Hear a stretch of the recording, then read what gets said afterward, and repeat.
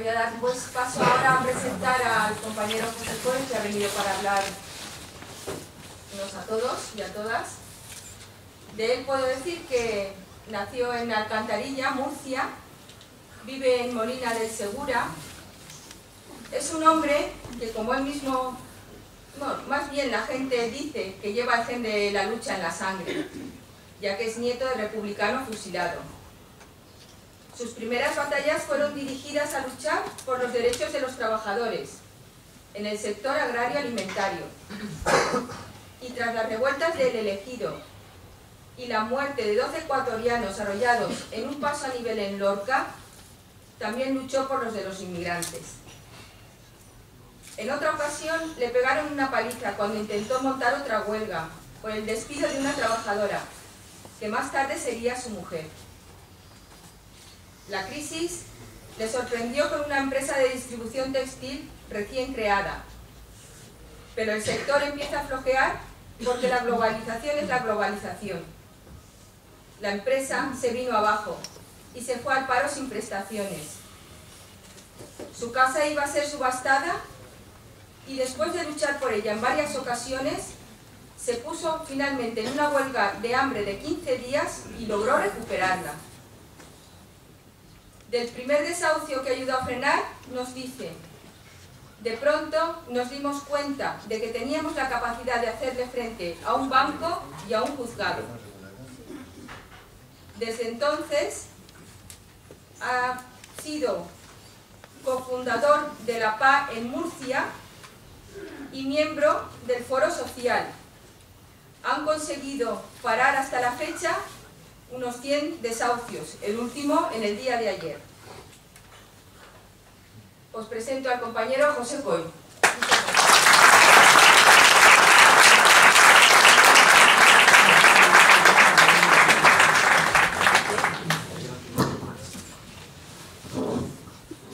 Bueno, normalmente a las personas nos pasan cosas en la vida que posiblemente se quedan en el disco duro de la memoria y es imposible olvidar, ¿no? Y yo no me voy a poder olvidar que cuando estuve 15 días de huelga de hambre, en el día número 11, un grupo de valencianos salieron por la noche a pegar carteles en Cajamar diciendo que próxima acción en apoyo a José Coy. Y tengo que decir, porque algunos de ellos están aquí, muchas gracias, creo que se dice.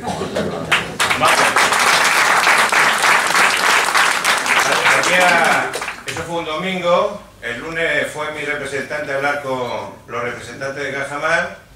El tío de Cajamar estaba muy cabreado porque decía que anoche empapelaron diversas oficinas de Cajamar en Valencia y que eso no podía ser porque había diálogo, etc., ¿no? Mi representante, que sí lo sabía lo que había pasado, le dijo: nosotros no tenemos ni idea, ¿no?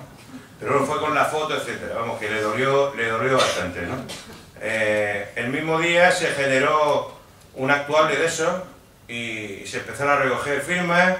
Esos mismos días también mucha gente fueron a los bancos a decirle: oye, que retiramos las cuentas. Incluso se generó un texto de pequeños accionistas de Cajamar que le decían a los bancos, al banco, que o resolvían el tema o sacaban el dinero del banco. 4 días después a mí me llevaron al hospital en una hemorragia de sangre interna y bueno, pues se resolvió el tema. Me llamaron a las 8:30, que Cajamar pues me daba lo que pedía, ¿no? Y yo, bueno, pues en principio me puse en huelga de hambre por la dación en pago, hasta que vino un compañero y dijo que no, que de dación en pago nada, que lo que había que hacer era recuperar la parte de la vivienda embargada, y así ha sido. Se llegó a un acuerdo que consistía, bueno, que jamás dijo que nunca se hiciera público ese acuerdo porque perjudicaba, pero yo, como no soy persona de palabra con los bancos, ya lo estoy diciendo. A mí me han hecho una quita o una condonación de deuda de un 80%. Yo debía 83.000 pavos, más 25.000 euros de costas, más los intereses. Y pues se me ha quedado la fiesta en 35.000 euros. Entre familia y amigos se ha recogido el dinero y bueno, se ha recuperado la parte embargada de mi vivienda, ¿no? algo que yo ni me podía imaginar, ¿eh? Pero bueno, ahora esa parte baja de mi casa se va a convertir en un centro social El Sifón, porque mi barrio se llama El Sifón, y una parte se va a dedicar a local para reuniones de conspiraciones ciudadanas subversivas, y otra parte pues para generar autoempleo en torno a un proyecto de economía social, alternativa, agroecológica, etcétera, etcétera, ¿no? Y bueno, pues yo en abril de este año, hace ya 4 años que estoy parado, sé lo que estás parado, sé que te llames por teléfono a mediodía, normalmente siempre coges la mejor hora, ¿no? Para decirte que debe el teléfono, que debe la luz, en fin, todas esas cosas que sabemos que pasa, ¿no? Y bueno, pues esta Navidad ha sido la primera Navidad tranquila, ¿no? El frigorífico seguía vacío, pero bueno, había calma, ¿no? Porque bueno, ya el futuro lo vemos de otra manera, ¿no? Y bueno, por lo que estamos intentando demostrar, y de hecho la gente de la afectada por hipoteca demostramos que se puede luchar contra los bancos, que se puede unir a la gente, que se puede practicar la desobediencia civil, que no le tenemos miedo, que nos da igual que nos juzguen. A mí me van a juzgar el 19 de febrero por resistencia a la autoridad. Me encanta la palabra resistencia a la autoridad. Y no vamos a decir que no nos resistimos a la autoridad, vamos al juez a decirle que sí, que nos resistimos a la autoridad y que vamos a seguir resistiéndonos a la autoridad.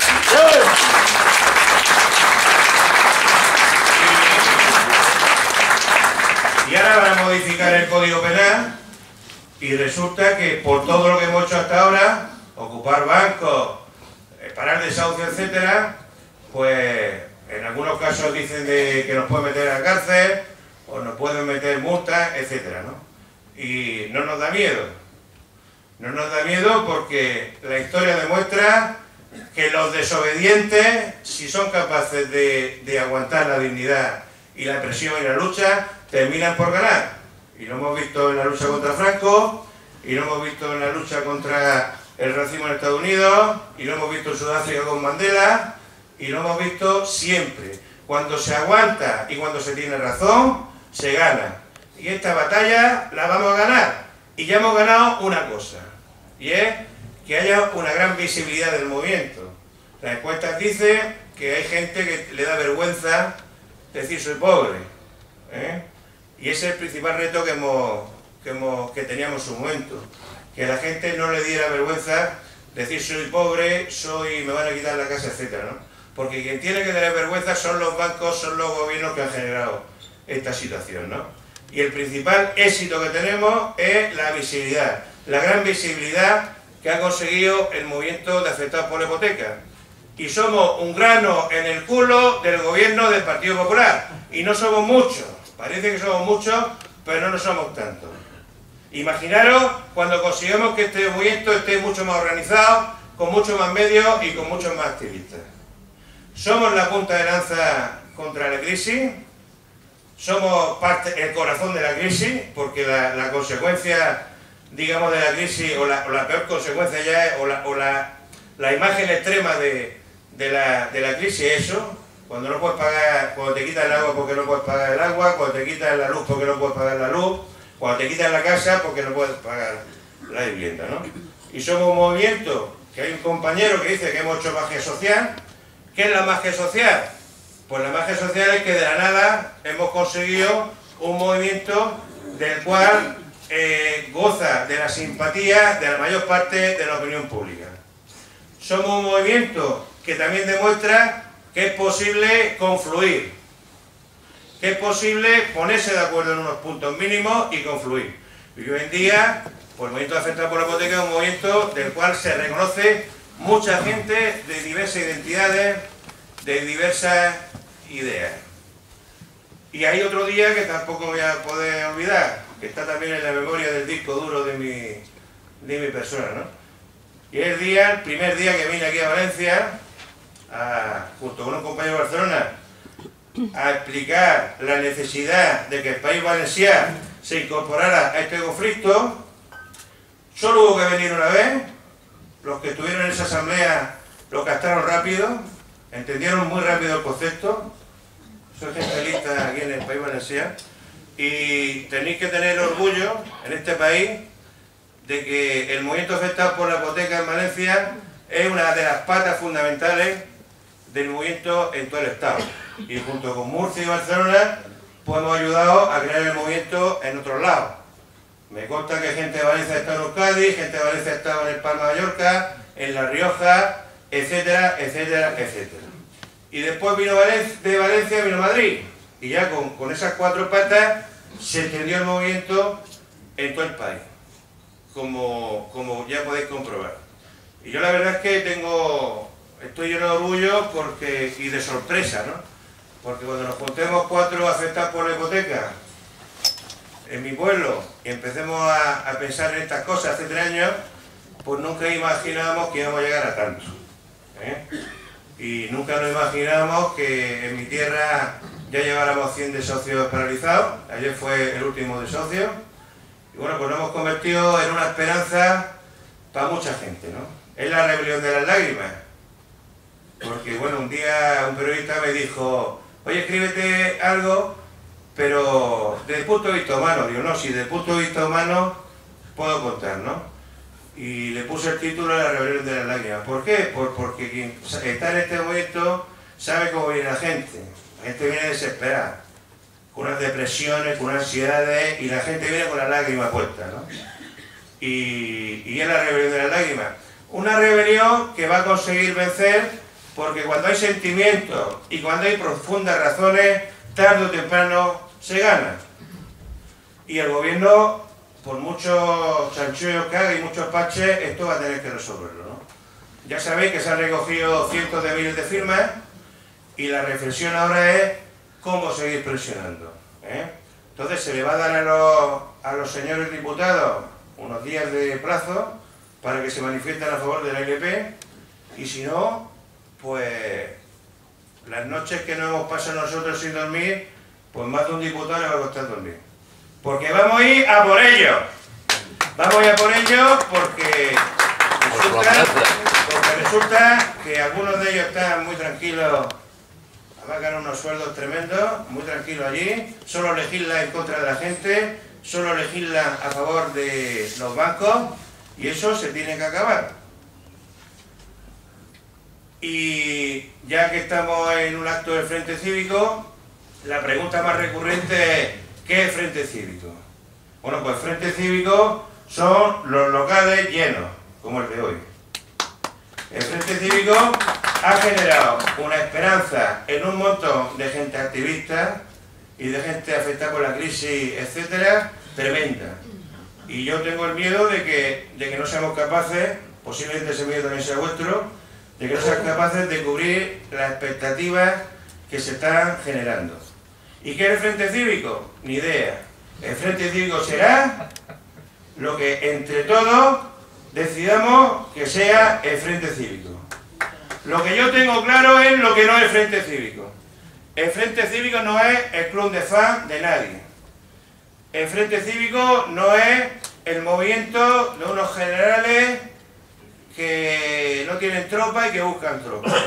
El Frente Cívico tiene que ser un movimiento de ciudadanos y ciudadanas en pie de igualdad. No en la vanguardia de nada, sino tiene que ser un movimiento que facilite la creación de movimientos de base en los pueblos, en los barrios, en las cities, en los centros de trabajo, en los centros de estudio. El Frente Cívico tiene que ser un modelo de autoorganización social. Y el Frente Cívico tiene que ser un modelo de solidaridad, que no es lo mismo que la caridad. Y el Frente Cívico tiene que ser un modelo de resistencia. Porque no sé lo que es el Frente Cívico, lo veremos entre todos. Lo que sí sé es para qué tiene que servir el Frente Cívico. El Frente Cívico tiene que servir para organizar la resistencia. El Frente Cívico tiene que servir para organizar un conflicto social de alta intensidad. Porque vivimos en una situación en la que hay un conflicto de muy baja intensidad. Y este país lo que necesita es una revuelta de varios meses, de tomar las calles, de tomar los aeropuertos, de tomar las carreteras, porque ¿sabéis por qué hay 6 millones de parados? Porque los parados, uno estamos luchando y otro está en el sofá. porque este país tiene unos mecanismos de evasión tremendos. Te levantas por la mañana, te tomas un café, te vas al bar, te lees el periódico, te ven los amigos, te vas a tu casa, te pones la tele, comes, te vuelves a poner la tele, te da otra vuelta y así se va a pasar el día. O sea, tenemos el circo en nuestra casa que nos está lanzando mensajes de resignación, y lo peor que nos puede pasar a la gente es la resignación. Porque después de la resignación viene el individualismo, viene la insolidaridad, y después de todo eso lo que viene es el fascismo. Ni más ni menos.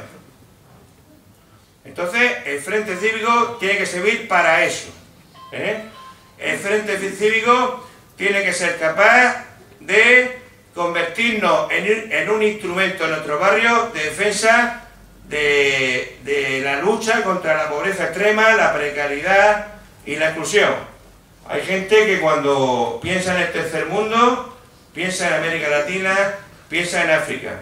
Pero el tercer mundo ya está en nuestro barrio. Hay cientos de miles de frigoríficos pelados, vacíos. Hay cientos miles de personas que viven de los abuelos y las abuelas para comer, para desayunar y para cenar. Hay cientos miles de gente joven, de los más preparados de la historia de este país, que no tienen futuro, que solo piensan en poder salir del país con una licenciatura y con una titulación enorme para fregar platos en Londres o en los suburbios de París. Y eso no lo podemos permitir. Y la pregunta es, ¿cómo organizar la resistencia? Una pregunta la cual yo no tengo respuesta. Pero yo estoy instalado en la teoría de la revuelta hace ya tiempo. Desde el año 2008 empecemos a reunirnos en Madrid. Cuando empecemos a reunirnos, estaba la primera revuelta en Grecia, cuando mataron al chico este joven de Grecia. Y siempre hemos pensado que primavera venía la revuelta, luego pasaba primavera y no venía revuelta, luego venía otoño, este otoño sí tocaba y nunca tocaba. Todos pensamos que la primavera del año pasado, por el aniversario del 15M, no iba a venir una primavera muy calentita y no nos vino ni siquiera templar. Y ya dijimos, en otoño nos viene y tampoco ha venido. Entonces, sin embargo, cuando se convocan movilizaciones, en muchos casos las calles se llenan. Lo hemos podido comprobar el 14 de noviembre, donde la Guardia General en unos sitios fue mejor que en otros por el pánico que hay, pero las calles se llenaron. Se llenaron de mucha gente. Se está hablando entre 4 y 5 millones de personas. Pero el problema es que no solo vale con llenar la City, no solo vale darnos una vuelta por los centros de la City, tipo excursión o tipo paseo. Lo que hace falta es un plan de lucha. Lo que hace falta es una estrategia de enfrentamiento con los poderes. Eso es lo que hace falta. Y eso es lo que tenemos que ayudar desde el Frente Cívico a crearlo. Lo que hace falta es que para que eso se dé, hay que estar organizados. Porque el otro día un profesor de filosofía allí en Murcia lo decía, y no me quiero meter con nadie, pero yo que formo parte en su momento de 15M, incluso antes de la fecha famosa del 15M, pues la experiencia que tenemos, lo veíamos el otro día en una asamblea mismo del 15M en mi pueblo, pues que no hemos hecho el harakiri. O sea, con la estructura con la teoría de la no estructura, con la teoría de la no organización, en fin, con todas esas teorías que más o menos todos conocéis, pues al final resulta que alguien tuvo razón cuando decía que para que haya una revolución tiene que haber también una organización. Y posiblemente no solo haga falta, no tiene por qué haber solo una organización, sino que tendrá que haber muchas organizaciones. Pero la pregunta del millón es cómo confluir lo que es el movimiento organizado que actualmente existe. Y eso por los retos que tenemos. Ya sabéis lo que pasa. El señor Bárcenas se lo lleva crudo y no pasa nada. Y el Urdangaray se lo lleva crudo y no pasa nada. Y sin embargo, pues en Andalucía cogen unos carritos y unos macarrones y van a Guardia Civil a sus casas, ¿no? O sea, este país va para atrás. Y entonces, ¿cómo conseguimos que este país vaya para adelante? ¿Cómo conseguimos cambiar este país? ¿Cómo conseguimos romper con el régimen? ¿Cómo conseguimos tirar este régimen de justicia para abajo? Ese es el reto. Ese es el reto.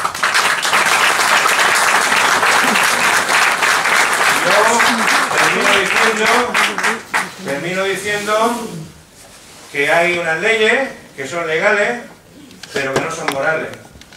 Y puesto que hay unas leyes que son legales, pero que no son morales, hay que romper el marco de la legalidad.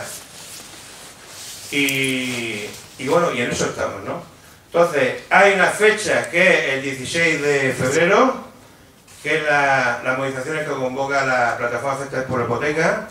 Ahí tenemos un buen elemento de trabajo para llenar las calles y para decirle al gobierno que esto no ha terminado, que aunque hayamos cogido las cientos de miles de firmas que hemos cogido, no, esto no ha terminado, esto acaba de empezar.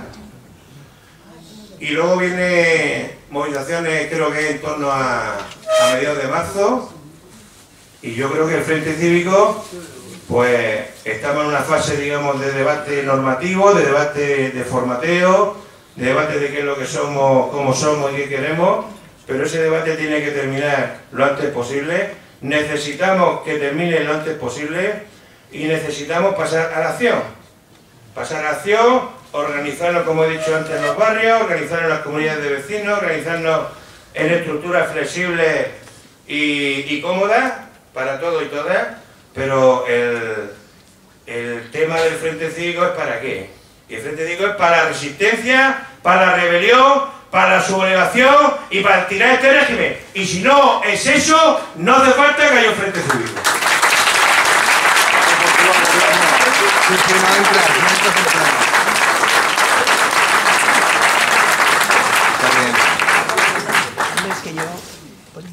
A continuación voy a hacer una pequeña presentación.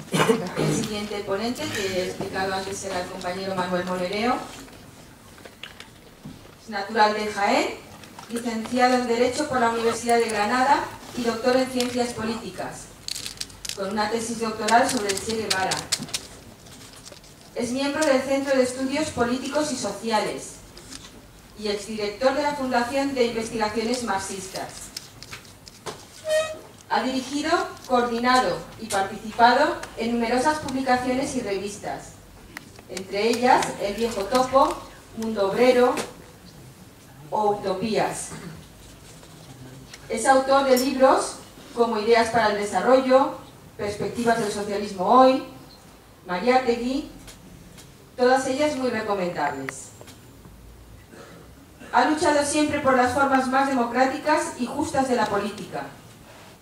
Por tanto, siempre ha sido también un activista social incorregible. Es hoy uno de los impulsores de la asociación Socialismo 21, una asociación político-cultural que pretende contribuir a la refundación de la izquierda desde una perspectiva anticapitalista y con una voluntad socialista. Es asimismo el impulsor, junto a Julio Anguita, del Frente Cívico Somos Mayoría a nivel estatal. Manuel Molereo.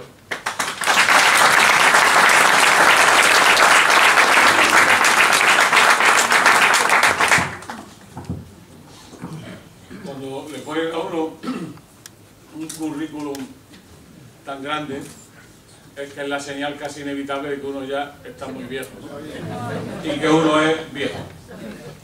Bueno, soy un viejo contento. Quizá yo esta mañana, que es un día espléndido que hace en Valencia. Darle volumen al volumen, que aquí fuera no se oye nada. Bueno, pues allá vamos. Ahora sí. Me está saliendo una voz de hombre de una habilidad extrema. Yo esta mañana valenciana, que hace un día espléndido, vengo de Madrid, que hace un frío en Madrid que te pega, me gustaría sobre todo hacer una reflexión. O sea, no tanto el clásico meeting para dar moral a la gente, sino más bien intentar hacer un esfuerzo para, como diría Ortega, situarnos en el tiempo histórico. Yo creo que es muy importante situarse bien en el tiempo histórico. Como decía Ortega, a la altura de los tiempos.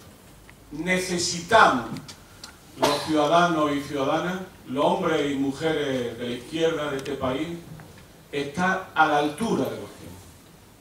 A la altura de las demandas, de las necesidades y de los desafíos de los tiempos a día de hoy. Oyendo como siempre con mucha atención a Coy,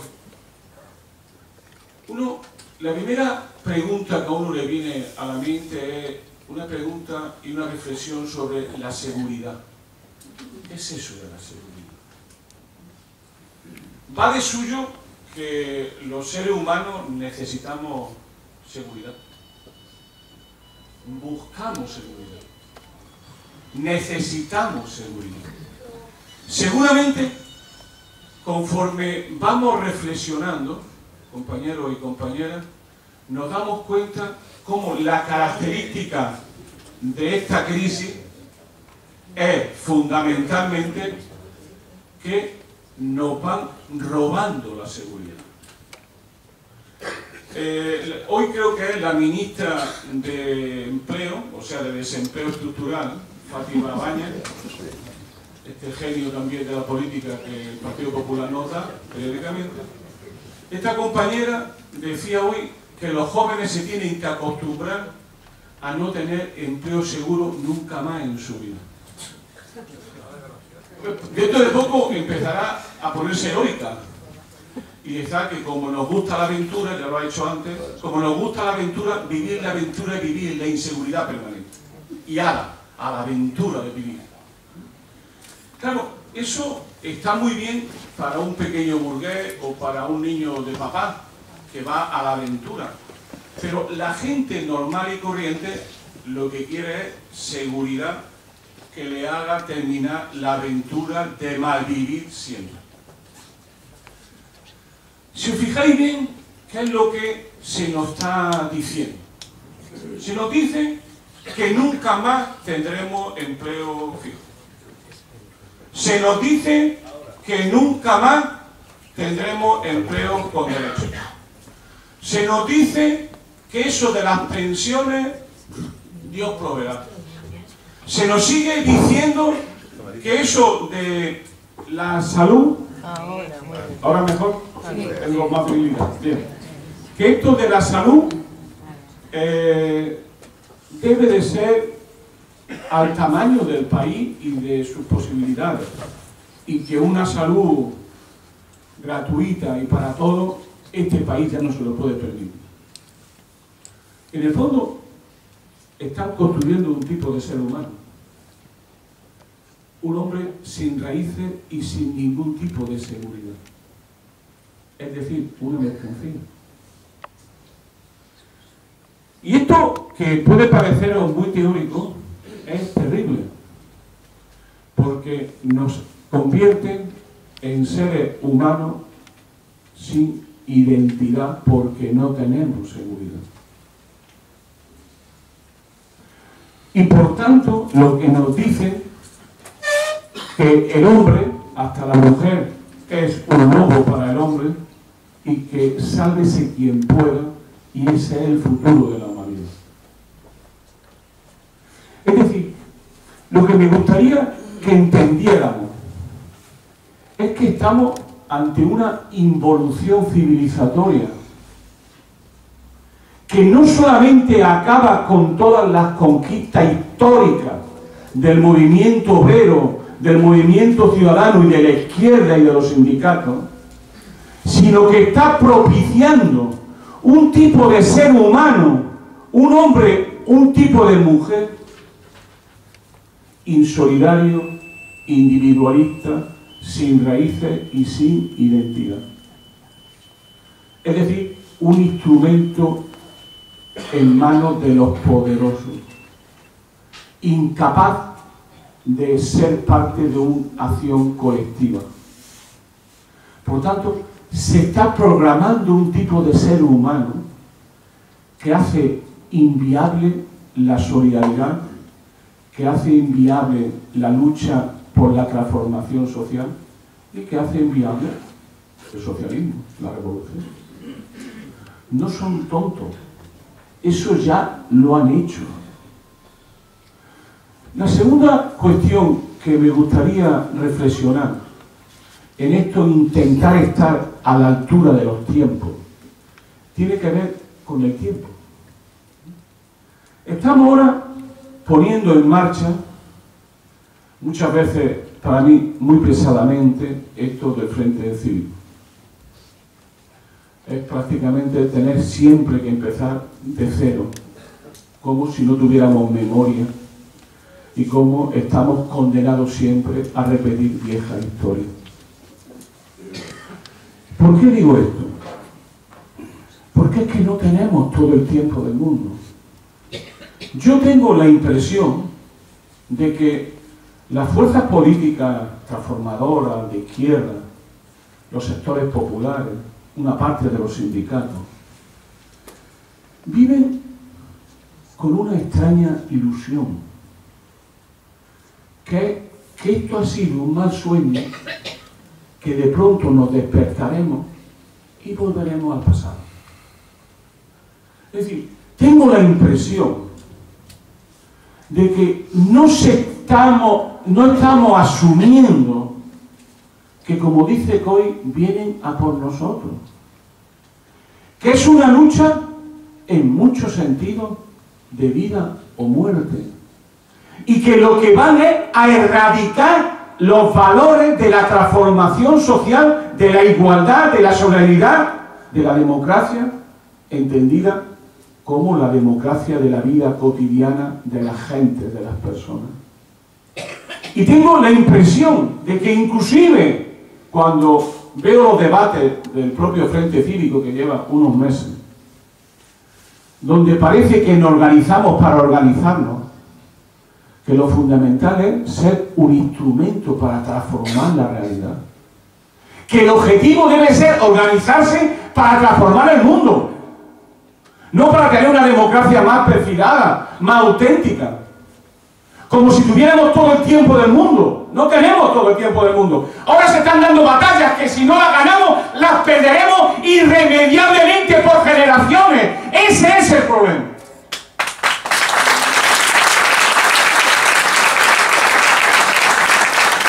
No tenemos todo el tiempo del mundo. No tenemos todo el tiempo del mundo. Podemos asumir nuestros propios tiempos sociales y cuando nos organicemos no servirá para nada, porque la derrota ya se habrá consumado. O sea, ¿cómo nos organizamos andando? ¿Cómo nos organizamos luchando?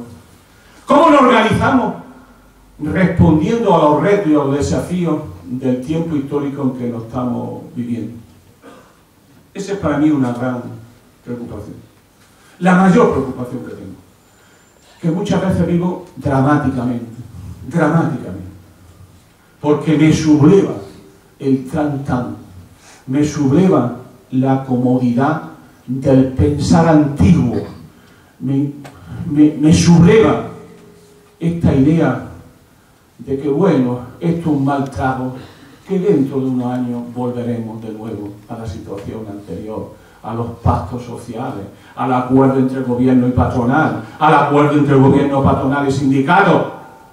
Volveremos al consenso de la transición. Hay una reflexión interesante que convendría hacerse. ¿Qué está en crisis con la crisis? ¿Qué está en crisis con la crisis? Quizás nosotros. Quizás nosotros. Muchos de los que estáis aquí, muchos de nosotros, y la crisis nos pone en crisis. Porque pensábamos que habíamos dejado ya un pasado tenebroso y que al fin nos tocaba ser como ellos, europeos, de verdad, trabajadores con derechos, Estado social. vacaciones. Teníamos ya en algún momento ese tic tan civilizado del racismo, ¿no? Ese desprecio a los otros. Y cuando veníamos de nuestras vacaciones, muchas veces íbamos a Cuba, íbamos a países del tercer mundo, nosotros ya éramos desarrollados, ya éramos del primer mundo. Decíamos, oh, cuánto sufre la gente. Luego no nos preocupaba mucho saber si el Santander hablaba por América Latina, si Repsol estaba por América Latina, si el Bilbao Vizcaya estaba por América Latina, si eran empresas, se nos caía la baba, españolas, que conquistan de nuevo América Latina. Y eso es bueno para España. En esa historia, ¿cuántos miles de hombres y mujeres se han convencido de que este mundo era ya el paraíso y que lo único que nos quedaba es seguir creciendo, multiplicando por ciento nuestra hipoteca y nuestro endeudamiento? Pero de eso nadie hablaba. De eso nadie hablaba. Y los que hablábamos, nadie nos votaba. Y los que decían, oye, que la crisis viene. No, oye, que Camps es un corrupto. Que el PP y la corrupción en Valencia es estructural. Y le aportamos la mayoría absoluta. Y no pasa nada. Y cuando te ibas por la calle y te encontrabas a esa persona en el bar que te decía, estos roban, pero hacen algo. No roban. ¿Por qué? Porque todos los políticos roban. Pero estos hacen algo. Los otros no hacen nada, se los llevan todo en el bolsillo.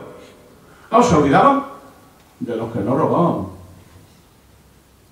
No teníamos muchos votos, pero teníamos mucho coraje. Y tenemos la cabeza levantada. Y nadie nos ha podido romper la cara. Por eso Anguita sigue siendo un ejemplo en este país. Yo creo que hasta a pesar de Anguita. Porque a Anguita le gustaría seguramente pasar a la historia como un político audaz, valiente de ideas, rojísimo, pero va a pasar a la historia como el brazo incorrupto de Santa Teresa. Es decir, por ser de lo poco que no robó. Cuando para Anguita la honestidad y la decencia va a unir a la política de verdad.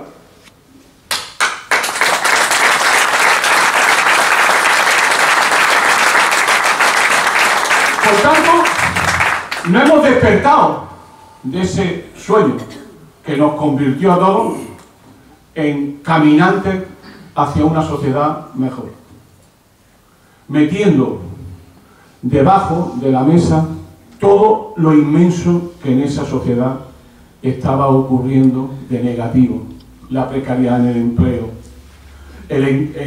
las enormes desigualdades sociales, el enriquecimiento de una minoría oligárquica cada vez más prepotente, la complicidad de los medios de comunicación con los poderosos y luego algo fundamental: la corrupción.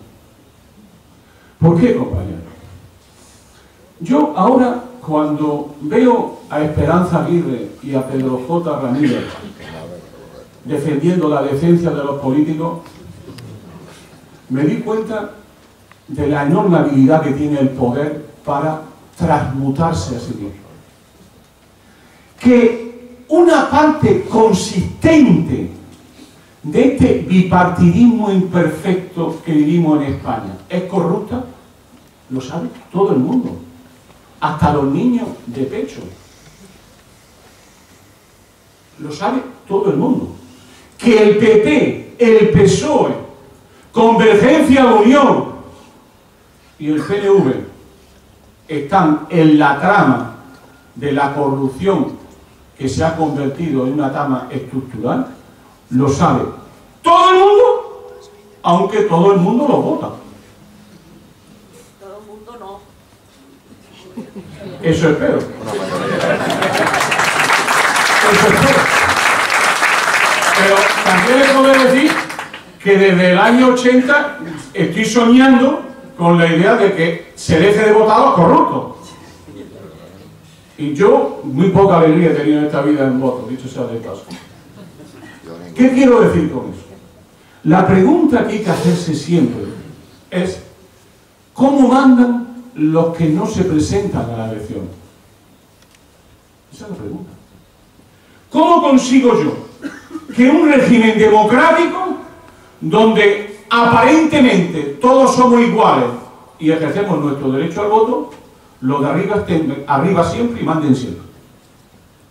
¿Cómo se consigue eso?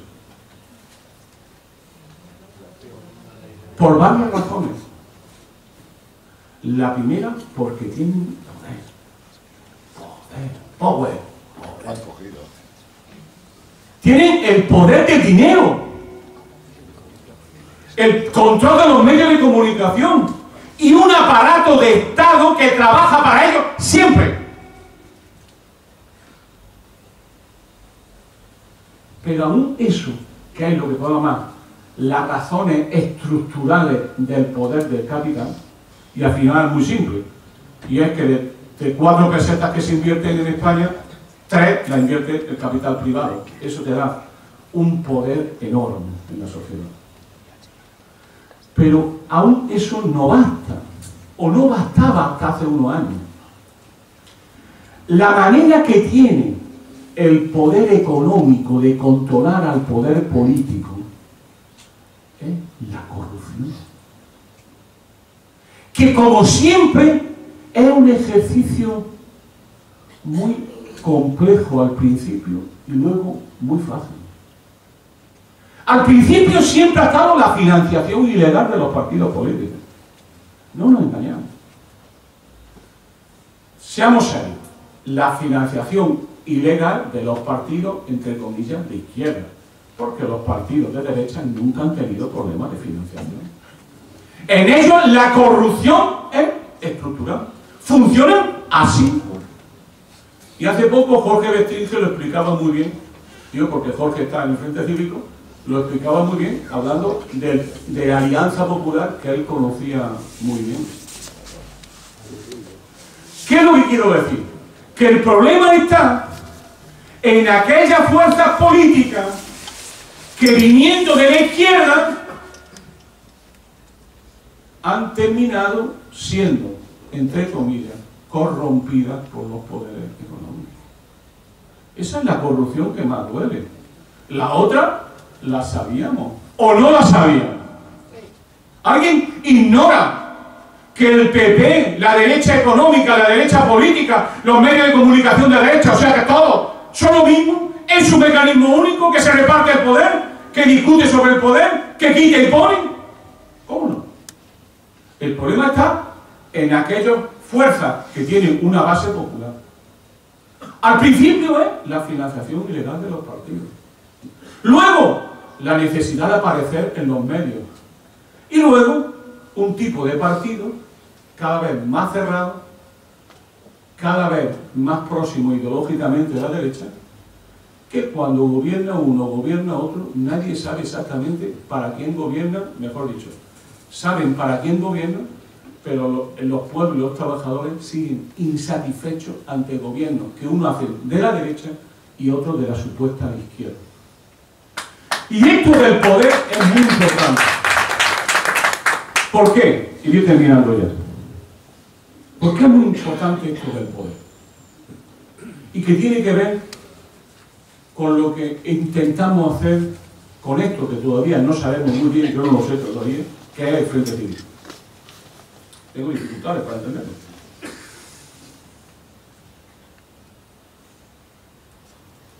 La pregunta es, ¿sabemos dónde está el poder de los que tienen el poder? ¿Lo conocemos? Ahora bien, ¿cómo tenemos poder lo que no tenemos el poder? Pregunta importante. Es decir, ¿qué tenemos nosotros que aprender de organizaciones como el Partido Socialista Obrero Español en estos años? Nada. Tenemos que aprender a no caer en lo que ellos han caído. Tenemos que aprender, por un lado, los poderosos mecanismos que tiene el poder para controlar, cooptarte y hacer que te transmita y te transforme en una cosa que no eres. O sea, el poder de seducción del capital, de cooptación del capital. Tenemos que aprender eso. ¿Y dónde está la clave? La clave está en tener poder en la sociedad, en construir un poder popular organizado en la sociedad, que está por delante y por detrás de los resultados electorales, y que se basa en una cosa tan simple como la siguiente, que es que el poder de los que no tienen poder se construye desde la autoorganización. El gran problema que ha tenido la izquierda social y política y cultural española es que en la transición no solamente se hicieron todo tipo de enjuagues, sino que en la transición se perdió un elemento fundamental que sí sabíamos en el franquismo, los que luchamos contra el franquismo, que es que nosotros, que éramos una oposición clandestina, que no estábamos en las instituciones, teníamos un inmenso poder en la sociedad porque conseguimos convencer a miles de hombres y mujeres que la política es compromiso colectivo ejercido desde abajo de una manera permanente más allá de las instituciones democráticas formales.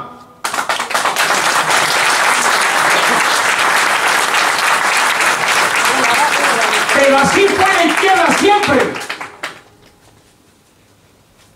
Tengo una familia socialista, y además una familia valenciana socialista, caballerista para más señas.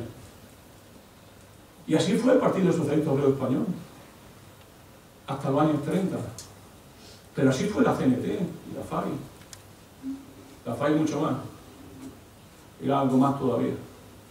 Y eso sí que era leninismo, dicho sea de paso. Pero lo dejamos dar. Es así. Es decir, el movimiento popular es un movimiento que se organiza en la sociedad civil, que vive de la sociedad civil, que se articula en la sociedad civil y que participa en las instituciones sabiendo que las instituciones no son las nuestras, que tenemos que transformarlas en una dialéctica más o menos profunda. Yo eso digo, hace poco lo escribí, con una frase de Kautsky, sí, el Kautsky, que decía: el Partido Socialdemócrata te coge en la guardería y te deja en el cementerio. Traducción, porque eso puede ser muy complicado. Era que el Partido Socialista Alemán, al margen de las instituciones y fuera del Estado, construyó toda una estructura en la sociedad civil, desde guarderías, escuelas, hasta funerarias, eran de la socialdemocracia, del entorno de la socialdemocracia. Y lo hicieron sin subvenciones públicas. Y lo hicieron sin mecanismos de intervención del poder. Lo hicieron porque la gente sabía que el poder venía por su capacidad de ilusionarte, de soñar, de dedicar parte de tu tiempo a la política colectiva. Hemos llegado ya a un sistema de partidos tan cerrado, tan homogéneo ideológicamente, tan servir del poder, que ya la política solamente la hacen los que viven de la política. Y eso es terrible, porque eso significa que la política no lo hacen los poderes económicos que nos subordinan cada día y que al final, si llegamos al gobierno, la pregunta es: ¿qué poder tengo cuando llego a un gobierno en estas condiciones? Termino. El día, lo conté ayer en Saúl, el día 4 de agosto, nuestro gran presidente, ese genio de la política llamado José Luis Rodríguez Zapatero, que ha sido seguramente de los cretinos más grandes que ha dado el pueblo español, que ha tenido una gran capacidad de producir cretinos. Ese señor, que era, por cierto, su 51 cumpleaños, hablando del 4 de agosto de 2010, ese señor le dice: estamos reunidos el Banco Central Europeo. Estamos reunidos el Banco Central Europeo. Y estaba allí un querido compañero socialista también, Fernández Ordóñez, a la sazón, director del Banco de España. Y estaba con otro querido compañero socialista, Trichet, francés, otro gran compañero socialista. Y estaba también un compañero no socialista, pero sí demócrata cristiano italiano, que era Mario Draghi, a la sazón presidente del Banco Central de Italia. Y le escribieron sendas cartas, una a nuestro genio llamado Zapaterito y otra a Berlusconi. Berlusconi sacó la carta, Zapaterito aún no la ha sacado. Sabemos por señas qué es lo que le dijo, básicamente porque ya se han publicado varios libros que lo cuentan, yo ya la sé, y luego porque Berlusconi la sacó. Yo no sé si es que Zapaterito se dio cuenta de lo que le pasó a Berlusconi cuando la sacó. Cuando Berlusconi sacó esa cartita, lo que ocurrió fue muy simple, que lo echaron del gobierno. Pero no unas elecciones, sino un juego del Palacio que lo quitaron de medio y pusieron a un señor que se llamaba Monti, que mira, por tanto, era primo hermano de Draghi y los dos habían sido jefazos del Goldman Sachs, que es la gran empresa que controla y, por cierto, el origen de casi toda esta crisis financiera internacional. Goldman Sachs. Hay un libro que se llama Cómo Goldman Sachs gobierna el mundo. Y pusieron a un señor de presidente del gobierno de Italia en una maniobra parlamentaria inducida por el presidente de la República llamado Giorgio Napolitano, un antiguo dirigente comunista. O sea, las paradojas son enormes en esta vida política. Zapatero ocultó la carta. Rajoy, otro gran genio de la política que nos toca, una vez le dijo a Zapatero: ¿y esa carta? ¿Qué es lo que venía a decir la carta? Lo que venía a decir la carta era muy simple. Ni siquiera eso. Si hubiese sido eso, hubiese sido cojonudo. Porque a lo mejor se hubiese ido. No, lo que hicieron fue: si queréis que os compre el bono, que ya estaba a 6,7% el bono, la prima de riesgo, si queréis que os compre, o hacéis esto, o si no, dejo que se hunda la economía española. Y la pregunta es: oye, ¿y la carta qué decía? Era que iba a hablar de que había que nacionalizar la banca, que había que hacer aflorar la corrupción, que había que hacer un gran esfuerzo para conseguir la transparencia de las organizaciones financieras, etcétera, etcétera. No, no. La carta apenas habló del sistema financiero. Lo que vino a decir es que hay que reducir radicalmente los salarios, que hay que acabar con los convenios colectivos, que hay que volver a los convenios de empresa, que hay que hacer contratos basura para los jóvenes, que si no el desempleo no se va a superar. Es decir, lo que exigían era desmantelar nuestro débil y escaso Estado social y romper con elementos básicos de la Constitución española. Tanto es así que esto no se lo pidieron, pero Zapaterito lo hizo. Dijo: yo el primero de la clase, yo más que Monti. Y hizo la primera reforma sustancial de la Constitución española con un principio fundamental: las deudas que tenemos con el extranjero son prioritarias a la hora de cobrar y las tenemos que cobrar. Y a su vez, la regla de oro de la llamada austeridad financiera. Eso está en nuestra Constitución. Compañeros y compañeras, eso hace un año. Que ahora cuando se habla del Partido Socialista hasta en Valencia, uno dice: oye, ¿se me ha olvidado? Por favor.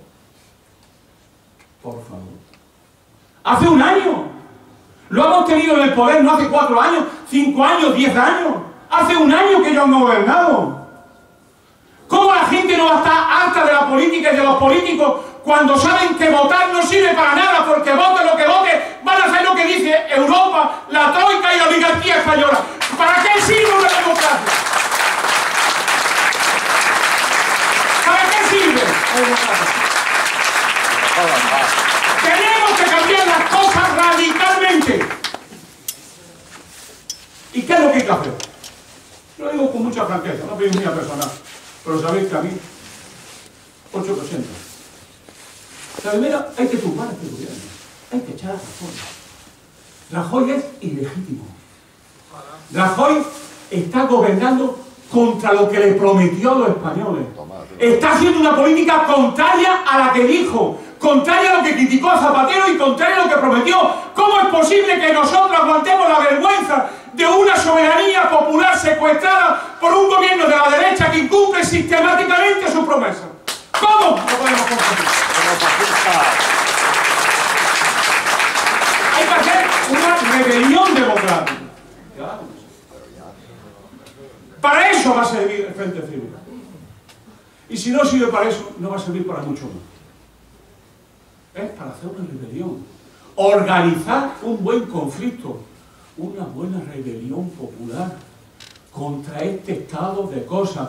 Compañeros y compañeras, esto es a vida o a muerte.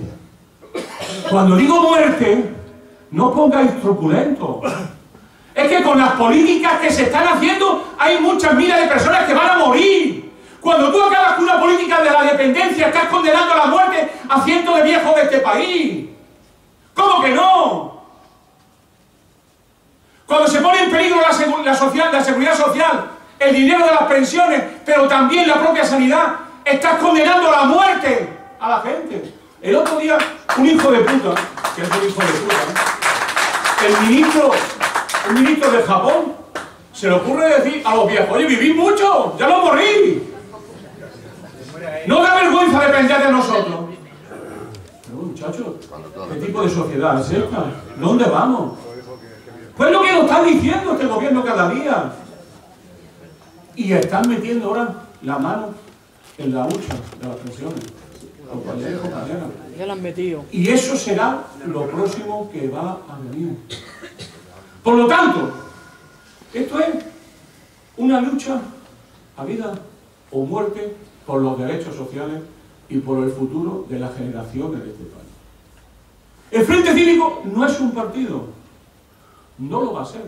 Yo no estaría en el Frente Cívico si fuera un partido. Yo soy militante muy orgulloso del PC, soy PC etiqueta negra de hace muchos años, y además soy militante de Izquierda Unida.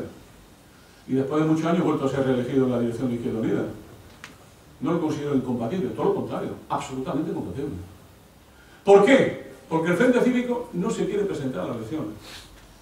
Y el Frente Cívico no tiene voluntad de ser una lista electoral.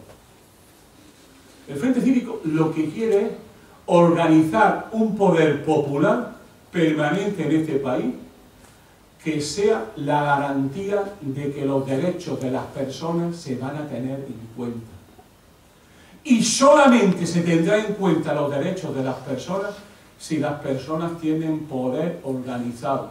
Y solamente se organiza hoy cuando somos capaces de tener un proyecto común, una organización común, un orden común, una disciplina común, y que seamos capaces de luchar en la calle desde esa disciplina común, de esa lucha común, capaces de cambiar esta sociedad.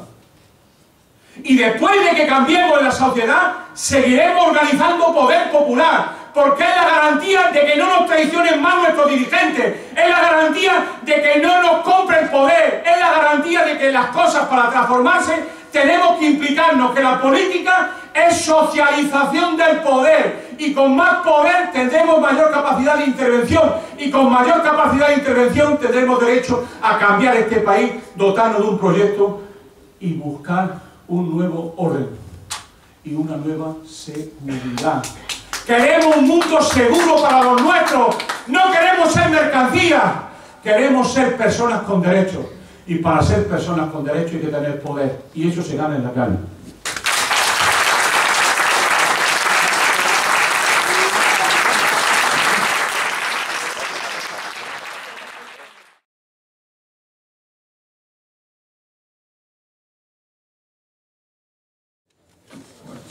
días a todos y a todas. En primer lugar, dar las gracias y el agradecimiento al Frente Cívico por contar con mi organización, por contar a Contracorriente.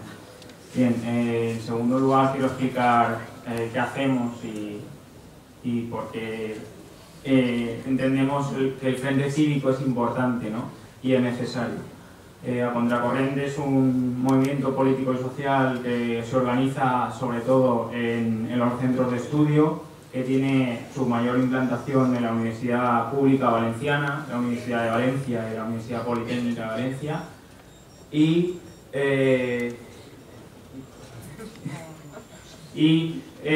sobre todo queremos transmitir que para nosotros el Frente Cívico es necesario porque vemos que la juventud está sufriendo con especial relevancia, con especial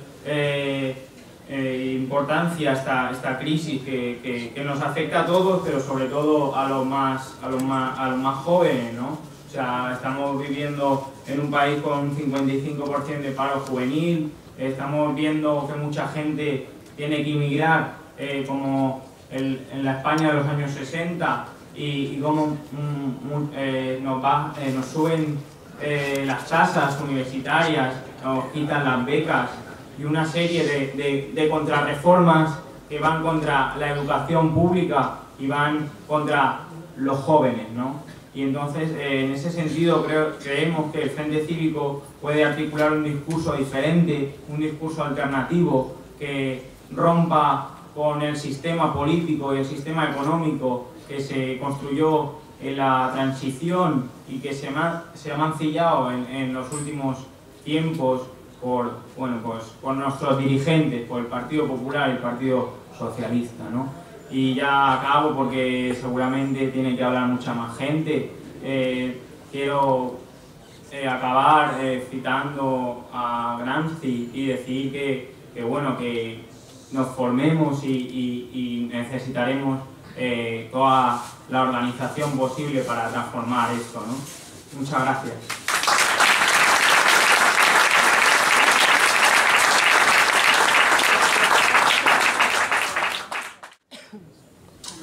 Hola, bon dia a totes i tots. L'Assemblea per les Llibertats i contra la Repressió, l'Assemblea de Micalet, la constituïren fa un any, com a conseqüència dels abusos policials sobre el moviment estudiantil. I des de llavors hem aconseguit continuar funcionant. Una cosa difícil perquè l'Assemblea és un espai on se troben organitzacions polítiques, sindicals, socials i persones, no? Tant afectades com abogats i abogades. És un espai de trobada especial, no? Com vos dic, està quasi tota l'esquerra valenciana, però no estem totes i tots. Manca el front cívic. I volem que vingueu, que participeu, perquè en esta crisi social tan profunda, que està retallant tots els nostres drets, també intenten retallar les llibertats per a poder precisament colpejar-nos en els altres aspectes. I l'Assemblea de Micalet té per objecte defensar als militants, als activistes, a la gent que defensa els seus drets, defensar-los jurídica i políticament. Aquí, a l'Assemblea de Micalet, trobareu una defensa gratuïta d'abogades i abogats que estan al servei dels distints moviments socials valencians. Llavors, vos demane, com a front cívic, que participeu, vos demane personalment que vos impliqueu, vos vaig a passar uns adhesius on teniu el nostre telèfon i el nostre correu electrònic per a poder contactar, i vos convide a que el proper dia 15 de febrer, que serà, diguem, la commemoració dels apallissaments que va fer la policia aquí al carrer Xàtiva, no volem commemorar-lo. Volem denunciar que la policia continua abusant d'estudiants, de sindicalistes, de gent que defensa el seu hospital o la seva, en fi, cosa, no? Doncs això, vingueu el proper divendres a la manifestació. Ara, a l'Eixir, trobareu cartells que podreu portar-vos al vostre barri i vos demane a totes vosaltres, militants i militantes del Front Cívic, que participeu en la defensa jurídica dels companys. Gràcies.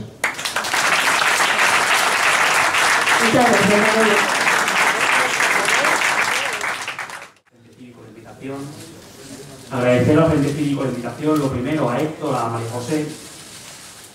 Desde Constituyentes entendemos que coincidimos en el camino con el Frente Cívico.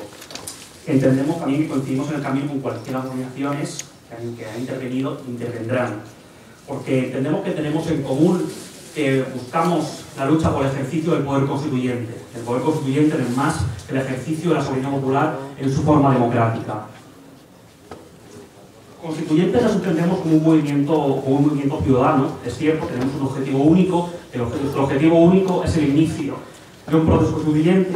Es el que los ciudadanos podamos dotarnos de una nueva constitución, que los ciudadanos podamos dotarnos de unas nuevas reglas de juego que realmente sean reflejo, sean el espejo de las aspiraciones y de la voluntad popular. Entendemos que tenemos dos tareas. En primer lugar, nuestra tarea es una tarea de difusión. Una tarea de difusión en la que en primer lugar denunciamos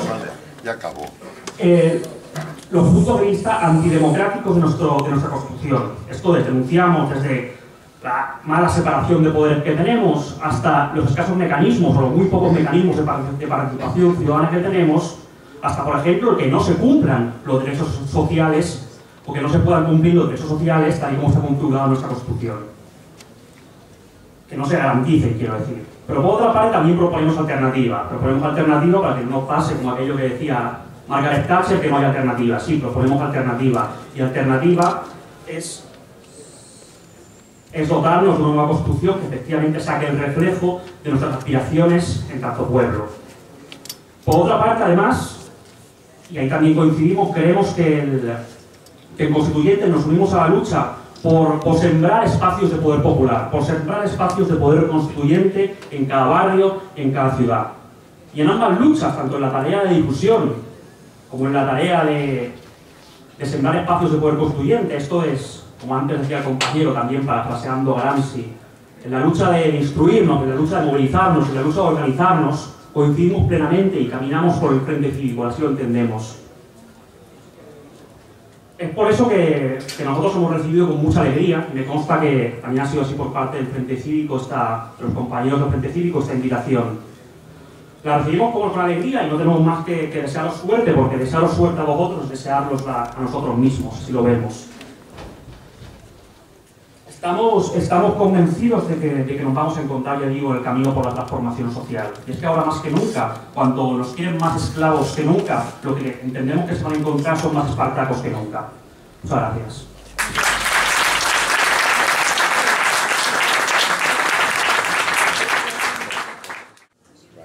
Buenos días a todas, compañeras y compañeros. Deciros que simplemente, como cosa normal de Democracia y Realidad, yo les voy a pasar ese documentado que hemos trabajado entre la gente que estamos dentro de la plataforma. Queremos dar la bienvenida al Frente Cívico como movimiento que pretende ser aglutinador y deseamos que sea así, que constituya una fuerza de presión social necesaria para generar una democracia que lo sea de verdad. Nos encontramos en una situación que requiere la movilización en las calles y la intervención desde tantos frentes como sea posible, aunando esfuerzos. Crear poder popular es más necesario que nunca para salir de la situación que vivimos.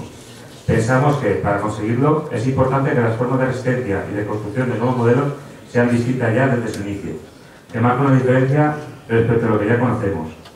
Os agradecemos el tiempo que nos habéis ofrecido y lo aprovechamos en primer lugar para presentarnos aquí. Democracia y Realidad somos un grupo de personas bastante heterogéneo, que nos unimos para organizar la manifestación del 15 de mayo del 2011. Una manifestación que parece ser pasada a la historia por el despertar social que se produjo a continuación.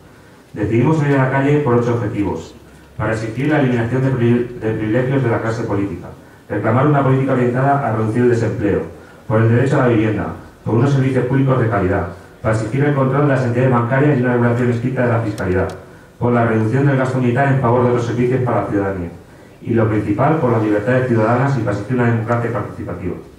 Objetivos generales, muy generales, en los que la gran mayoría podría estar de acuerdo, y así fue.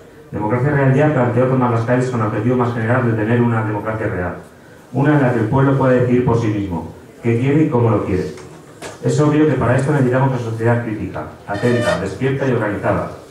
Tras el 15 de mayo, cuando las plazas se llenaron de gente que quería generar un nuevo modelo de organización, colectivos de toda la vida se vieron reforzados y otros nuevos salieron a la luz. Desde entonces hemos aprendido nuevas formas de hacer, fluidas y perfectamente reconocibles iniciativas que continúan generándose día tras día y que beben del 15M. Nosotros, aquellos locos que pensábamos que estaríamos solos en aquella manifestación, nos vimos sobrepasados y llenos de ilusión porque la organización ciudadana era y es la base de la que nosotros sentimos justo y necesario. Y por lo que se ha estado moviendo en una promesa que es posible hackear un sistema que ha demostrado no funcionar. La situación en el Estado español necesariamente tiene que dar lugar a muchos otros modos de organización ciudadana, por supervivencia. En España el 25% de la población está en riesgo de pobreza extrema, 6 millones de personas no tienen trabajo, millones de familias sin ingresos, desahucios diarios realizados por los mismos bancos que están quedándose con nuestros impuestos, cientos de miles de jóvenes cualificados migrados.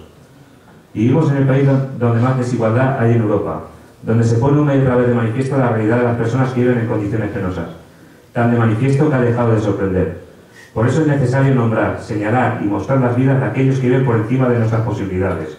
Precisamente en el País Valenciano tenemos motivos de sobra para movilizarnos contra un ejemplo claro de la peor cara de la política, de la más vendida y manejada por una mafia que se ve segura y protegida por un sistema sucio y sin control. La corrupción se encuentra absolutamente integrada y ha sido aceptada durante años. La democracia en la que hemos creído vivir arrastra grandes deficiencias que vienen del miedo que se tenía a volver a épocas más oscuras. Y sin embargo, estamos volviendo a épocas oscuras, utilizando los mecanismos que se han ido enquistando en esta falsa democracia. El miedo que se alimenta una y otra vez desde todos los altavoces del sistema. Miedo a una guerra, miedo a la dictadura. Nosotros pensamos que la sociedad con la que vivimos es lo suficiente madura como para hacer frente a sus problemas y hablar de ellos sin necesidad de abrir un conflicto. Aunque intenten desviarnos la mirada, sabemos que el problema es un sistema corrupto y falta de transparencia, manejado al antojo de unos pocos, con la excusa de la gobernabilidad. Y ese problema nos afecta a todos, independientemente de nuestra forma de pensar y vivir la política. Las etiquetas que nos ponemos y las que nos ponen para dividirnos ya difícilmente tienen el mismo sentido que hace años. Por eso el sistema y las relaciones sociales cambian. Por eso mismo, aunque aquí nos veamos las mismas caras que nos encontramos en cualquier otra convocatoria, hemos de hacer esfuerzos para superar los corsés que suponen las marcas y los términos para que de verdad seamos mayoría. En una democracia que lo sea de verdad, debemos tener la capacidad de opinar y de participar en la toma de decisiones, independientemente de toda consideración. Por supuesto, una regeneración en este sentido difícilmente será impulsada por aquellos que se aprovechan de un sistema hecho y reformado a la medida de sus bolsillos. Creemos que es preciso poner límites por la ciudadanía a niveles de tamaño y decisión a aquellos que tienen el poder, tanto a quienes lo manejan en la sombra como a los auténticos gobernantes, como a quienes tienen en su mano las herramientas del supuesto sistema democrático, igual que a quienes pueden llegar a gobernar en un futuro, porque no queremos que lleguen a entrar en la misma dinámica que ya conocemos. Es necesario cambiar las cosas también desde dentro de las instituciones, y eso no va a ocurrir sin una gran presión social que lo fuerce y ejerza mecanismos de control ciudadano. La sociedad en la que vivimos está sufriendo un cambio. Cada vez somos más los que no toleramos ser parte inactiva de las decisiones que nos atañen. Seguramente todos tengamos el presentimiento de que si seguimos por el camino que vamos, la sociedad estallará. Si eso ocurre, debemos estar preparados, especialmente los activos, los que nos vemos siempre, para saber encauzar el malestar hacia la organización y no hacia la destrucción. Decía un activista chileno que Chile se llena de protestas paternalistas que exigen las mismas instituciones que crean el problema que las resuelvan. Saltémonos los muros de lo creado, de lo excluido. Estemos preparados para construir una convivencia democrática y libre y mostremos que somos lo suficientemente maduros y responsables como para hacerlo pacíficamente, con los pies en el suelo, aunque eso sí, soñando. Cada vez tenemos más herramientas para constituir una inteligencia colectiva que hasta ahora no era posible. Y entre todos es mucho más posible generar alternativas. Juntos, cada cual con lo que pueda aportar, porque ningún esfuerzo sobra. Lo vamos almacenando y en algún momento será usado por alguien. Por eso, y porque creemos que las formas que ha inventado el 15M pueden formar sinergias potentes con aquellas personas que llevan años trabajando y aportan su experiencia, estamos hoy aquí para apoyar la iniciativa del Frente Cívico Somos Mayoría Valencia, para que de verdad seamos mayoría.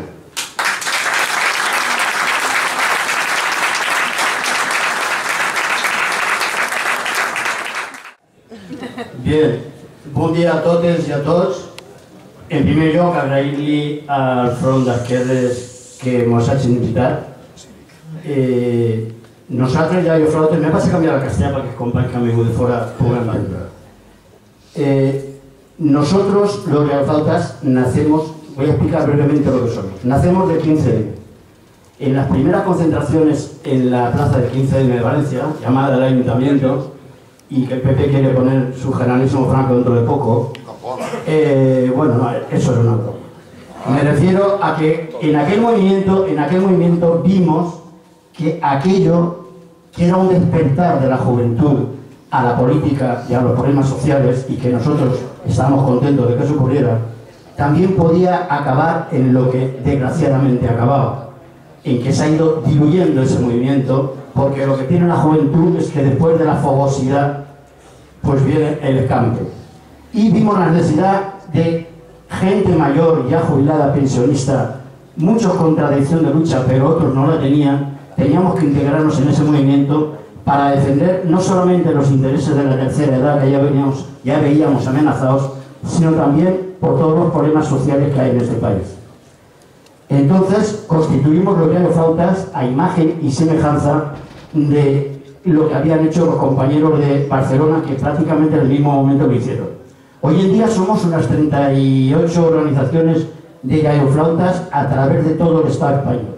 Es un movimiento parecido a lo que es el Frente de Izquierdas, es decir, muy variopinto, hay gente con ideología distinta, pero confluimos en una cosa, en que la revuelta por sí sola no hace nada.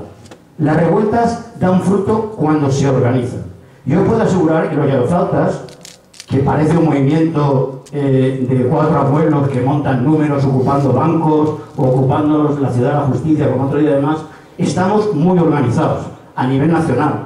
Hay acciones que hacemos el mismo día conjuntamente y hay acciones que hacemos por nuestros problemas específicos políticos. Por ejemplo, aquí por la lucha contra la corrupción.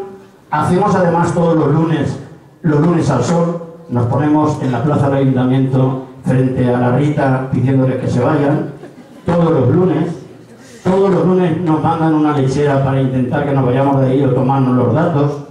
Lo que pasa es que nuestra lucha no puede ser como la de los jóvenes, es una lucha pues, mucho más inteligente, más experimentada. Cuando nos quieren sacar de un sitio decimos que tenemos que tomarnos la pastilla de la tensión o que necesitamos ir a orinar para que no nos saquen, en fin, utilizamos esas tretas.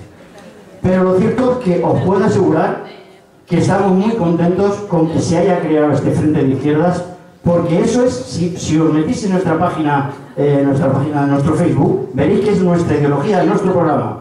Nosotros pensamos que hay que volver a llevar el poder a la calle. Y eso no va a ser tan rápido como querían los compañeros, los jóvenes del 15M. Esta lucha va a ser muy larga. Pensad que el franquismo se mantuvo durante 40 años y este es el mismo, para nosotros lo tenemos claro. Esto es el mismo régimen. Son los hijos de los franquistas los que están gobernando. Y desgraciadamente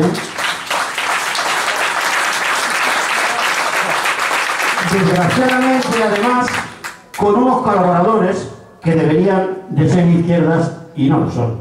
Porque esto se ha montado para que gobiernen dos partidos y que todas las minorías queden al margen de la política. Y esos dos partidos están en nómina, los unos dan sobres en ideas y los otros dan sobres en el PP, en Génova. Pero son exactamente iguales. 8 años gobiernan unos, 8 años gobiernan otros, bueno, perdón, 8 años están unos o están otros porque el que gobierna siempre es botín. Por lo tanto, eso es lo que hay que romper. Nosotros agradecer al Frente de Izquierdas que nos hayan invitado, invitar a... Perdón, es que también estoy colaborando con el Frente de Izquierdas francés y entonces a veces... ahí como el Frente de Izquierdas, el Front de Gauche. Bueno, entonces, deciros que nosotros vamos a continuar, pero no seamos tan conformistas. Mirad, tenemos un problema, yo miro las caras. Y somos gente que yo conozco de lucha de muchos sitios, porque muchas veces somos los mismos los que estamos en sindicatos, en la calle. Tenemos un gran reto que no hemos vencido. Yo, por ejemplo, tengo una hija de 23 años estudiando su segunda carrera, que cuando llega a casa me dice, os doy un ejemplo muy individual, pero que podría servir para muchos casos. Ya vienes de tu rollo de los galloflautas, 3 manifestaciones a la semana, vaya rollo que te llevas. Ese es nuestro reto. Yo intento explicar que si yo salgo a la calle, es por ella, porque tengo una sociedad donde tenga cosas, tengo una jubilación, tengo una sanidad, tengo una educación pública y gratuita para todos, porque la privada ya sabemos para quién es, y la sanidad privada ya sabemos para quién es. Entonces, por todo eso salimos nosotros. La mayoría de los galloflautas a veces tienen que recoger a los niños, hacer la comida y luego vienen a la manifestación. Y no lo están haciendo por ellos. Lo están haciendo por sus nietos y por sus hijos. Y entonces, hacer una llamada a todos, porque eso todavía no lo tenemos. Esa juventud que entras en el autobús y lo ves todos con los móviles, con los WhatsApp, con un dedo, esa juventud es la que hay que ganar. Y yo os aseguro que con los WhatsApp no se están llamando a concentraciones delante de nada, ¿eh? Por lo tanto, hasta que eso no lo consigamos y el frente cívico, que me salió otra vez el frente de izquierda, es que tengo tantas ganas que sea un frente de izquierda.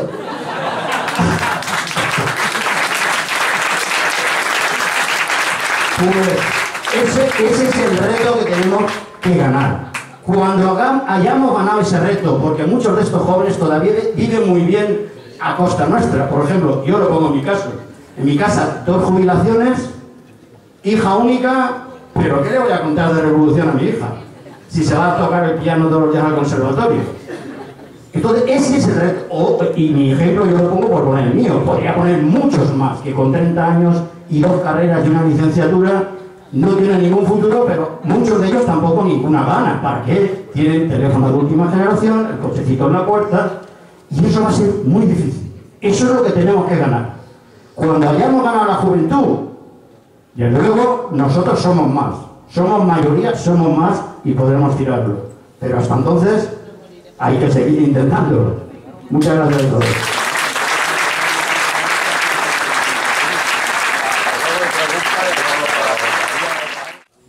Lo primero, muy buenos días a todo el mundo.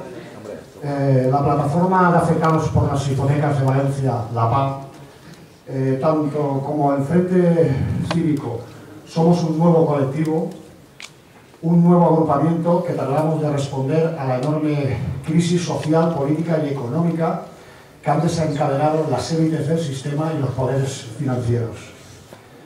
Estamos seguros de que coincidimos en esfuerzos, en interés y en la propia lucha. Nosotros acabamos ahora mismo de terminar la iniciativa legislativa popular. Nosotros acabamos de terminar ahora mismo la iniciativa legislativa popular, por la cual vamos a entregar más de 1 millón de firmas, pidiendo la dación en pago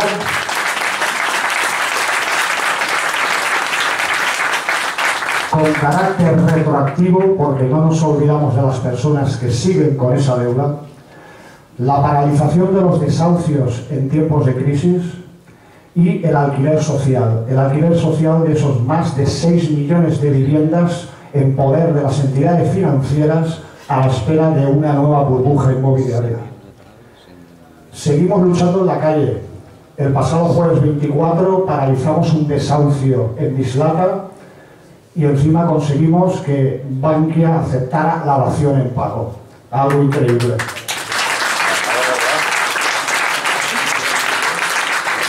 Queremos también invitar a todo el mundo al próximo sábado 16 de febrero, en el cual la plataforma de afectadas por las hipotecas a nivel estatal organizamos una manifestación. Manifestación que nuestro lema es: no a la barbarie, al genocidio financiero, señalamos a los culpables.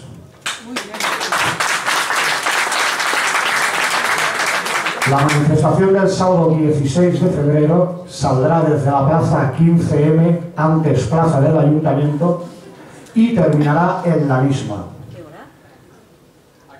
¿Qué hora? A las 6 de la tarde, perdón. Estamos en emergencia social. Todos tenemos que ponernos en nuestros puestos y debemos de hacer todos juntos luchar. Y voy a terminar con uno de los cánticos que tenemos en la plataforma, que bien vale tanto para el Frente Cívico como para cualquier movimiento social, que es el sí se puede. Sí se puede. Sí se puede. Gracias.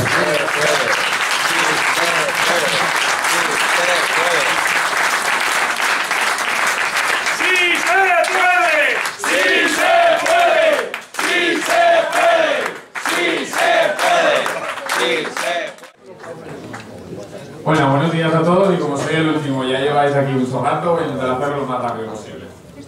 Voy a leer, bueno, primero dar las gracias al Frente Cívico por la invitación al movimiento y voy a leer primero un par de frases que creo que explican muy bien a dónde estamos, ¿no? Cuando el gobierno viola los derechos del pueblo, la insurrección es para cada porción del pueblo el más sagrado de sus derechos y el más indispensable de sus deberes. Esto es la Constitución francesa de 1795. Y hay otra frase que dice que las mayores estupideces y actos abominables de la humanidad no se han cometido por desobediencia, sino por obediencia ciega. Entonces, estamos en un momento que yo creo que no somos aún conscientes de la gravedad, muchos, hasta dónde llega, ¿no? Antes del 15 de mayo estuvo muy bien porque fue una especie de proceso de lo que estaba separado y por fuera, sin ningún nexo de unión, se unió en un sitio, en la plaza, y de ahí se ha ido yendo hacia afuera otra vez, se ha ido separando en sus pequeños núcleos, y ahora ya lo que es el Frente Cívico que tiene que volver a hacer que eso vuelva a un punto concreto, ¿no? Que es unir a todos esos movimientos que se han visto fortalecidos desde el 15 de mayo. El movimiento Yo no pago se creó en 2008, como ya sabéis, en Grecia, que es donde empieza a pasar todo, y antes José Coy comentaba, ¿no?, de que muchas veces no es fácil que se repita y que muchas veces pues pasa que vas y te esperas que lo que ha pasado en Grecia pase aquí este verano, no pasa el siguiente. Pero sí que es verdad que Grecia es un poco una máquina del tiempo y lo que pasa allí, más pronto o más tarde, acaba pasando en el resto de países porque ni más ni menos que es un testeo, ¿no? Lo que pasa en Grecia lo quieren repetir en otros países. Entonces, en Grecia, por ejemplo, el número de pasajeros que opta a día de hoy por viajar gratis ha aumentado hasta rozar el 40% en los autobuses y un 15% en el resto de medios de transporte, según datos de 2011. En la actualidad, tras las últimas abusivas subidas de impuestos del gobierno de la derecha griega,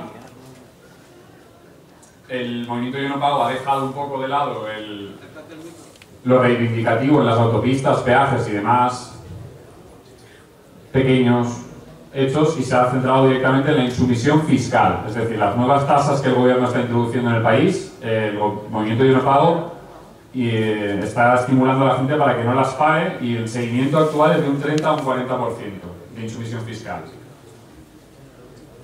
Luego, quería también remarcar un concepto que no vamos a parar de oír y nadie tiene la culpa, pero intentemos decir lo menos posible crisis, porque de crisis no tiene nada y lo sabemos todos. Y cada vez que decimos la palabra crisis estamos legitimando un plan que de crisis y de aleatorio no tiene nada.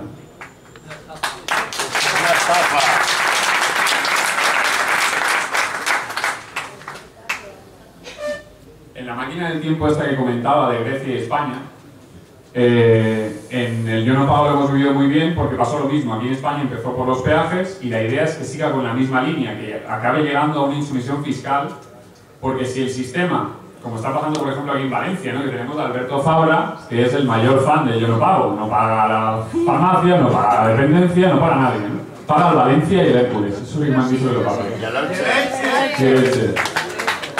Entonces, un gobierno que es ilegítimo y que se dedica a financiar clubes de fútbol, a darles avales, cuando no está pagando lo más básico, que es la sanidad, la educación, las farmacias, ¿no?, pues eso sí que se merece un yo no pago de la sociedad, absolutamente. O sea, tendríamos que estar bien organizados para hacer acciones de desobediencia y de insumisión fiscal, porque realmente, pues, yo soy pro huelga, en el sentido de que ojalá hubiera una huelga indefinida que pudiera paralizar un poco este país y dar un toque de atención, pero ¿somos capaces de organizar una huelga indefinida que haga ese toque de atención ahora? Yo no lo veo. De todos, sí. Yo creo que a día de hoy si hay que hacer una huelga, es una huelga de consumo, es decir, no compra aquí ni su madre, o sea, hagamos acopio de víveres y a partir de un día se pone una fecha y se compra lo menos posible.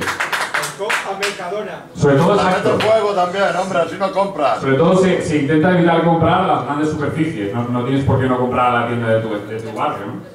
Mercadona, Consum, Carrefour, Alcampo. Una campaña en concreto es la campaña de no pagar el repago del euro de los medicamentos, que aquí en Valencia aún tenemos suerte y no nos lo han metido por detrás, pero en Madrid y Barcelona ya es oficial anticonstitucional. Entonces hay una campaña concreta que hay que explicar, que tener claro que pagar un euro por receta es una auténtica injusticia. Nos quieren obligar a pagar por algo que ya hemos pagado y repagado. Quieren liquidar el sistema público de salud. Un derecho conquistado con sacrificios.